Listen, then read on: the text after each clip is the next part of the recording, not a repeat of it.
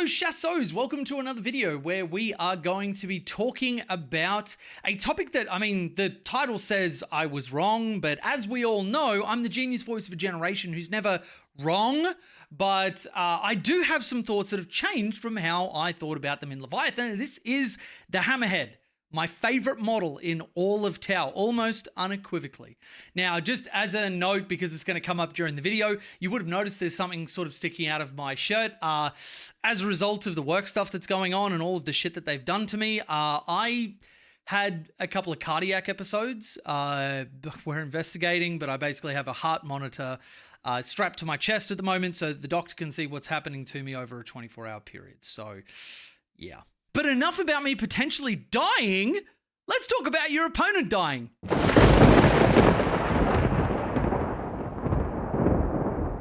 All right, so the Hammerhead, really nothing changed. It actually got a points increase. But why is it that I've changed my tune on it? Now, the first thing that I'm going to say to anybody who's like, well, you were decrying it or saying you didn't want to use it or whatever else, I believe, truly, that it is a person's moral responsibility to change their opinions or their beliefs in the face of sufficient evidence or information.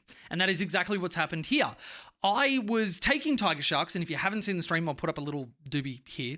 And when I was taking those tiger sharks, I had a choice between rail cannons and ion cannons. Obviously, there's the burst cannons, but nobody's going to take that. Now, I opted for the ion cannons because it was a lot of shooting, and it was shooting at damage 3, which is a very, very nice breakpoint for a lot of things that are in the game. And to follow it up, I was thinking about what I could use for my anti-tank, and I thought, you know what? I haven't used Hammerheads this entire edition. Fuck it. Pure Tide has been loving them. There's a couple of other people who have been including them in the list. It is not pertinent of me to continue to say something that something isn't usable without having active data myself. So that's exactly what I did. And what did I find? The Hammerheads did more damage than the tiger sharks. Not even exaggerating. Each Hammerhead probably did over the course of 5 rounds at least 80 damage, if not 100. Total. Now, for the most part through my games, the Hammerheads lived all the way up until the end of the game because I was able to play with them relatively conservatively while also still getting value from them.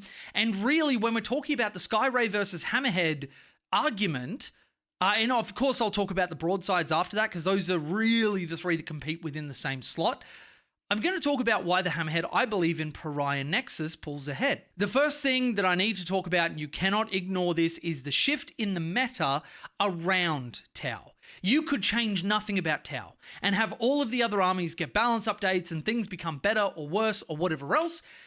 And it doesn't matter that we didn't get any changes. The way that we play the game will invariably update. And this is the difference between really great players and really terrible players, that really terrible players will just make an assumption, form an opinion, and never question it, never check themselves to see if they're correct or not, and never move with the flow of the meta as it adjusts. But your real top quality players, they will do that. Now, one of the things across my tournament, and yes, it was only a sample size of 5 games. However, we are noticing from the meta, the 4-up invulnerable saves are actually becoming a little bit more rare. Not totally rare, and you will absolutely come into people that have 4-up invulnerable saves. However, if you're firing enough railguns at them, surely they're going to fail the coin flip eventually. I mean, not if you're me or one of my opponents, because apparently that's not a thing. But eventually, they statistically will have to. And when that shot invariably goes through, you have 7 damage minimum onto their face with 2 Seeker missiles to follow up. So let's talk about all the things that make the Hammerhead good, because I touched on a couple of things there. The first is a Strength 20 devastating wounds, D6 plus 6 damage weapon with AP 5, meaning that even if you don't get ignore cover on them, which our army finds it incredibly easy to get with the marker-like keyword, you're going to be having a 2-up armor save saving on 6s because AP 5 turns to AP 4 with the benefits of cover. Not only that, but on the turn that it matters, on the turn that you're firing that Hammerhead when you finally poke it out, you're throwing 2 Seeker missiles with it as well. So yes, the skyray, which has reroll hits against flying targets, the marker-like keyword baked into it. Both platforms have reroll a hit or a wound when you use it. But the skyray with its twin linked obviously has better wounding efficiency, but the Hammerhead is wounding most things on 2s anyway. And with a reroll, the chance of rerolling a 1 into a 1 for you, not for me, for you is pretty unlikely. Though everybody has their story of it happening, don't get me wrong. Not only that, the devastating wounds, yes, it's only on a 6, but with a reroll included, there is a very, very good chance you get this at least once through a game. And Devastating Wounds are great for just bypassing that 4-up invulnerable save. I don't care what you've got, I'm going to my damage step. Now, the other thing that I want to talk about is that the Hammerhead pulls slightly ahead in the hit roll because not everything will have the fly keyword. Let's be honest, very few things that I shoot at that deserve Seeker missiles have the fly keyword. However, when a Hammerhead targets a vehicle or a monster, they get +1 to hit, meaning that when they're guided, they're hitting on 2s, re-rolling 1s if they're stealth suits, or just using your built-in Hammerhead platform re-roll to re-roll that dice. And then you go to the wound step and strength 20, unless it's things like knights and above, basically, you are wounding everything on 2s, which is very, very nice, and you can re-roll that or guard it with stealth suits, and you're re-rolling 1s to hit and 1s to wound, meaning you can use that platform re-roll on,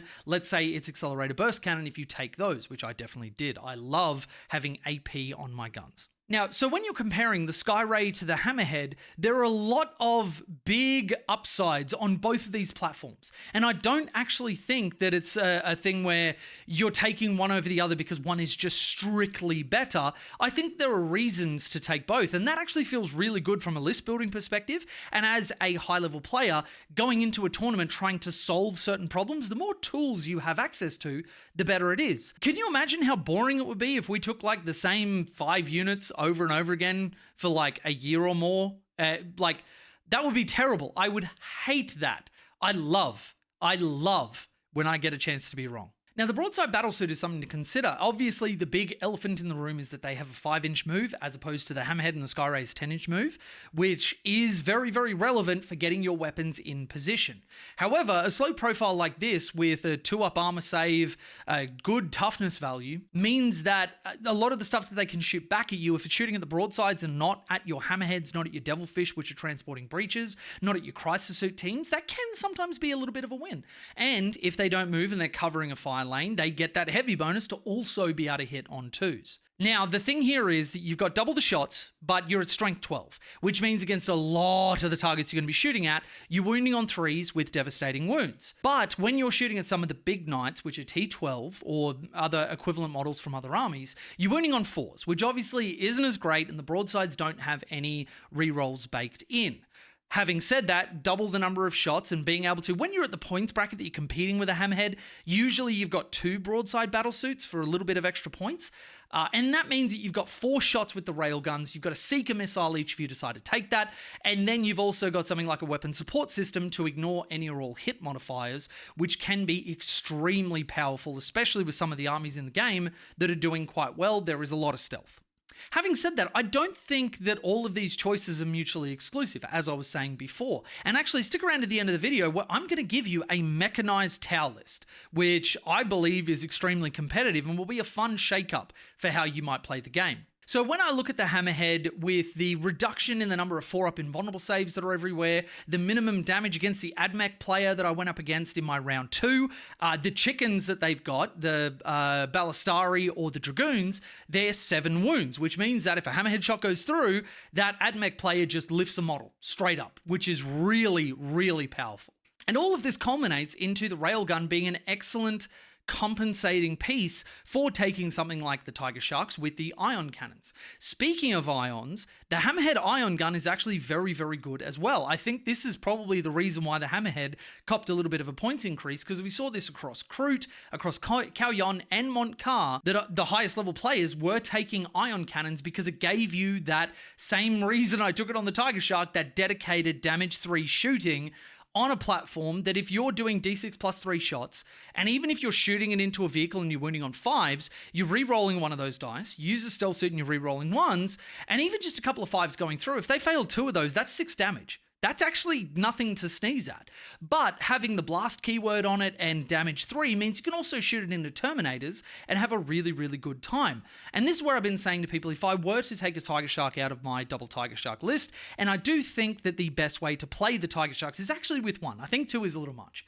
But I probably would put in a 3rd Hammerhead, have 2 of them rocking ion cannons, 1 with a railgun, Tiger Shark with the railgun. Or on the Tiger Shark, take the double ion cannons on that, have 2 railguns, 1 on 2 Hammerheads, and then have a third Hammerhead with an ion cannon for that extra amazing shooting. It's 60 inches, so you're shooting basically the entire board from wherever you are anyway. And it means that you've got a lot of different threats and a little bit more turn one board presence, because that's one of the major downsides of the Tiger Shark, is that if your opponent pushes and exposes early and is very aggressive, you don't have as much as you should to be able to answer that until turn 2 when your aircraft comes on. So if you haven't been looking at the Hammerhead, I would very, very, very much suggest taking a look at it. Yes, the Skyrays will pull more value over the course of a game because they're always throwing 3 Seeker missiles. Having said that, railguns is something that even just the psychological effect that it will have on your opponent. You say to them, one shot, strength 20, AP 5, D6 plus 6 damage for a minimum of 7 or a maximum of 12, and 2 Seeker missiles to follow it up. That is something that they have to seriously consider before they poke out. And I actually noticed at the tournament, some decent players, I won't say that they were the highest level players that I versed, but the decent players that I versed, that should have maybe known better than to let that get into their head. It absolutely did. And that's something that we can't discount, even though it's not quantifiable. It is a qualitative point of data for us to look at, that certain models will have certain effects on your opponents. And we can certainly use that in the list building step or when we position on the table. Now, as promised, let me build you a Mechanized Tau list to take these beautiful, beautiful Hammerheads and Skyrays onto the field and bully the shit out of some people, especially people that are talking shit about Tau, because fuck those guys. Okay, let's have a look at what I'm lovingly calling the Cav Carter, where we are going the Cow Yon detachment in Pariah Nexus. I'm just finding that waiting for a go turn isn't really that bad. You can control the board early, and Montcar, I'm losing a little bit of value early on, but I'll make a full video about Cow Yon and why I think it's storming back into the meta. Not to say that Montcar or Retaliation Carter are bad, not by any means. Retaliation Carter, we are seeing an immense amount of representation on. We had at the same event that I was at, Will Wyckoff was able to take Montcar to a 4-1, same as me. But I'm just finding that I'm favoring Cow Yon, and it's weird for me to say that, because I spent so long on Cow Yon that I thought I would swear off it, but you know what? It's coming back around, and I kind of love that. So to start off, we have double Fireblade. I haven't gone for any enhancements on this, but there is a world where I would look at taking an enhancement. The first one would be the Redeploy. The Redeploy is extremely powerful, and it may even be that I adjust this list to filter one in, but we'll see how we go. The next is Double Breacher Team, and I'm going to have these guys sitting in Devilfish, and there may even be a world where I decide that I want to strategic reserve them because of the rules commentary that allowed units to be able to disembark on the turn that they come onto the field from strategic reserves, wholly within 3 of the transport and outside of 9 inches of any enemy units, meaning you can't get closer. Now, yes, that means you are riding a tightrope of their 10-inch guns not being able to shoot, but if you can position, 1 inch is enough for those small 25mm bases, because all you have to do is interlock them close enough that you are within range of one model, just one model, from the enemy unit. Of course, I've gone for the Guardian Drone and the Gun Drone, and double Gun Drone on the Fireblades. They already have the marker-like keyword, the Shield Drone. By the time you get down to the Chassis, the unit's kind of already dead anyway, so it doesn't really matter. It's not the same as the stealth suits, which I've actually really been favoring the Shield Drone on. So I go with the Gun Drone just because you got that extra output with rerolls to wound and all the other benefits that they get.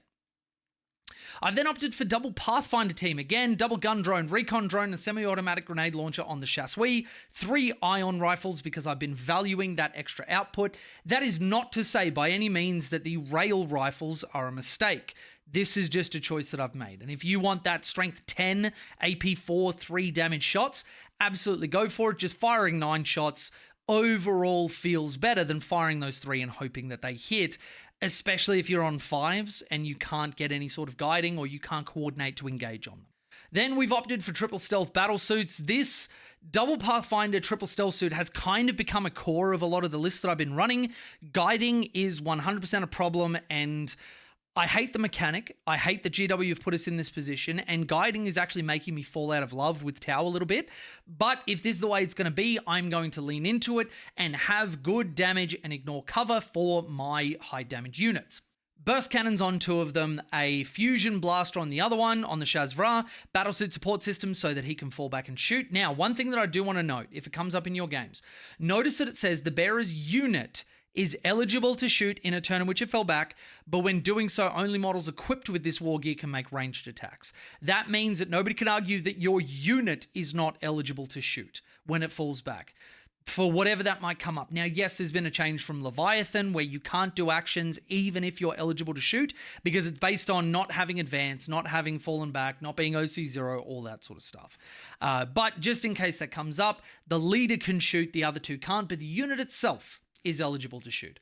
Obviously, the homing beacon to bring people in for free, that can be extremely big for getting a devilfish down in a position that your opponent maybe doesn't expect or isn't able to shoot, and then zooming out with its advance and still get the boys out, ability to get someone behind an angle that your opponent doesn't expect. On the leader, I've gone for the marker drone, the shield drone. Gun drones are functionally dead for me as you can't advance and do actions anymore, so that's out the window. Marker drone allows you to advance and still guide. So the shield drone, and I actually had this come up at the tournament, an extra wound on my Shazvraz meant I think it was 3 times a stealth suit unit lived when it shouldn't have, and I was able to get something done as a result of it. Then I've gone for a unit of Vespid. Deep striking is becoming a very, very necessary mechanic in Pariah Nexus, more so than ever. Having a 65-point unit that I can put down, do an action, and go, cool, you're going to die, but I don't really care, is a lot of value. We're even seeing this from the WTC lists that are coming out, and make sure you keep an eye on the channel as I'm going to be going through and reviewing the Tau list from WTC. Vespid Stingwings have been getting included in some of those lists, so really interesting to see that some of the other pros are having the same thoughts as I am. Then I've gone for triple Hammerhead. I have gone for a railgun on one, 2 ion cannons on the other, accelerated burst cannons for all of them, and you'll see this on my skyrays as well. I love the 8 shots at strength 6 AP1 damage 1. It is just so great for point defense.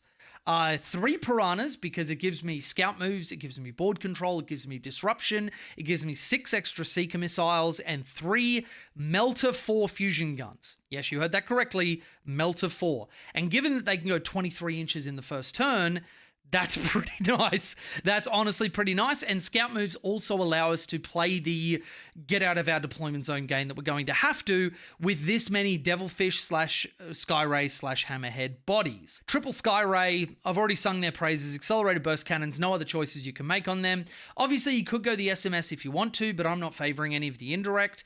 And then we've gone for triple devilfish. Now, one of the things that I may actually do with these devilfish, if I'm not strat reserving 2 of them, is put Pathfinder units in 1 or 2 of them and use the scout move that you give to a dedicated transport by having every model within the transport have the scout keyword. All of this comes to a clean 2,000 points on the dot, and I actually think that this will be a relatively powerful list. I am keen to get a couple of reps on it, but I'll have to do it on TTS, as unfortunately, I haven't run a list like this before because I do not own 9 devilfish bodies. I have to swap out the turrets to run my hammerheads or my skyrays, or I've got, 2 dedicated devilfish, which the guy that I bought from secondhand glued the turret into the top of it, so I can't do anything with. But this overall, I think, is going to be relatively powerful. It has some decent output. It has a mix of things. It's got trading units, it's got guiding units, it's got action units, it's got disruption, it's got deep strike, and it's got a lot of very, very good anti-tank. So I am keen to see where this goes and if it does what I am expecting it to do. But all that comes with time, data, and reps. All right, everybody, and that is our Hammerhead video. I want to say a massive special thank you to my patrons who make all of my videos possible and have made, if you notice, when I was on the full screen thing, that was on my brand new camera, which is in no small part thanks to Pagan, who gave yet another massive generous donation. He has been one of my biggest fans for the longest time, dude. I could not be doing half of this stuff without you. So thank you so much. Please show him some love in the comments. And if you would like to join these beautiful people, join our community, some of the events that I'm starting up on the Discord, head to the links in the description, patreon.com/Pantheon Studios Australia. Or the YouTube membership button down below. Both will get you access to the Discord, a special role in the Discord, and your name at the end of every single one of my videos. And as always, do the internet things to please the algorithm gods, liking and sharing and commenting and all that sort of stuff, or don't. I'm not your dad. Happy hammerheading, go rail some people, and I'll see you in the next one.